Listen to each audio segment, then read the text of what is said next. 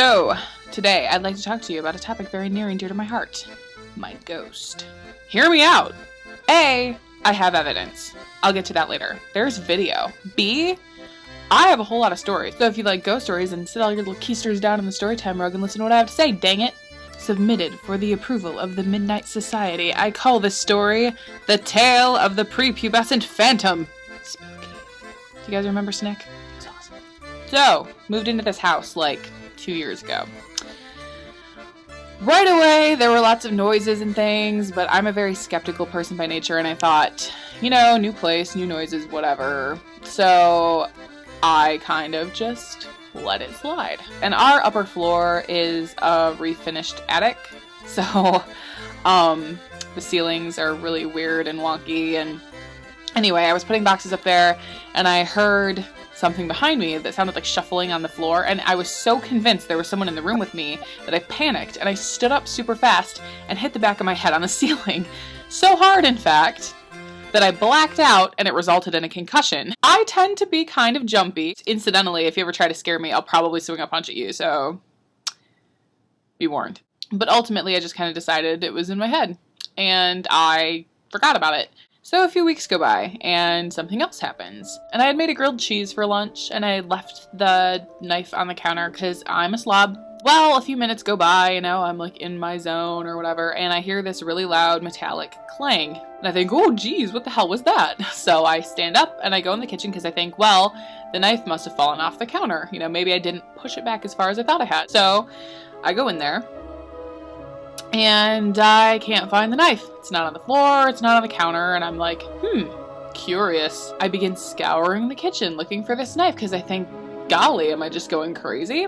And I find it about 12 feet away against the opposite wall. And it had apparently flown at such force that it left a dent in my solid oak table. At this point in time in our little ghost story timeline is when our electronics started being manipulated. The TV would change channels on its own.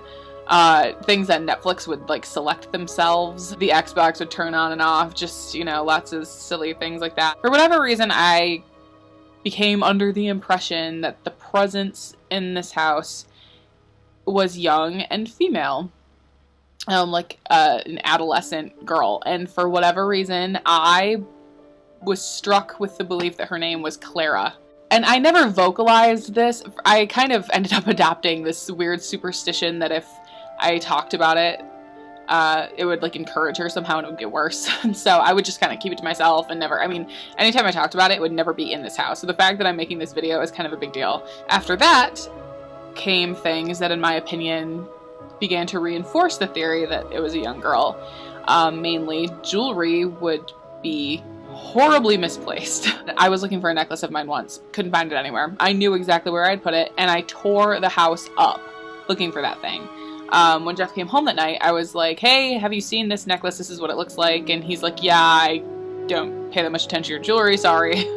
And so I was like, oh, crackers, you know. And I decided to keep looking, like immediately after asking him. I described the necklace I was looking for. I go into this room that I had searched like 5 times that day, open the door, and right inside the door, in its little display box with the lid open, placed in line with the seams of the floorboards, is that necklace. And beyond that, we found a footprint one day on the floor. I found this like perfect little stamped foot, all 5 toes, just perfect little foot, very narrow. And I was like, well, that's strange, you know, seeing as how I don't know any frequently barefooted children, let alone do they come to my home and run amok. It was about a week later that he found the picture. He was going down to the basement one day, and there's like a seam between the floorboards and the like ceiling of the basement because it's like 2 structures. And he saw something in there, and so he went and got tweezers and a little flashlight, and he pulled it out. It was this old photograph of these 2 children, a little boy and a little girl. As soon as he showed it to me, it was like, that's her. That's her. Like, even in my mind, that's how her hair was styled, that kind of thing. And it really freaked me out. Around this time, we decided maybe it would be a good idea to try to communicate with her. A friend of mine offered to help. She was interested in seeing, you know, where it would go. And so she came over, and we're poor and don't have, you know, disposable income to buy like paranormal investigation equipment, so we used a popular cheap technique involving a flashlight. Apparently mag lights are easily manipulated by spirits. I don't know how anyone figured that out. Can you put your hand on the light? Oh my god. Thank you, Clara. Can you turn it off again? Make the light go away?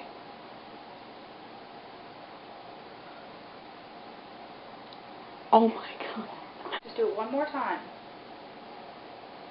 One more time and then we'll stop. Can you do it? What a good job. That's great. Look at that.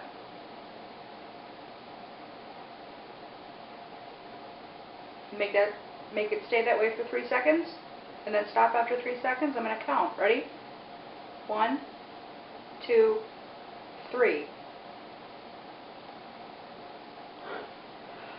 It's a very good job. You're entitled to your skepticism, and I don't blame you for it, but this is the house that I live in, and this is what goes on here. Anyway, that is all I have to say about that. That is my story. The end. I now declare this meeting of the Midnight Society over. So even though I'm a creative type, I think I might run into challenges coming up with crap to talk about. So if you have anything you'd like to hear me talk about, then you're welcome to leave a comment below. Or if you're watching this on my website, contact me. There's a contact page. That's my contact page song. So yeah, let me know. Thanks for watching. Bye.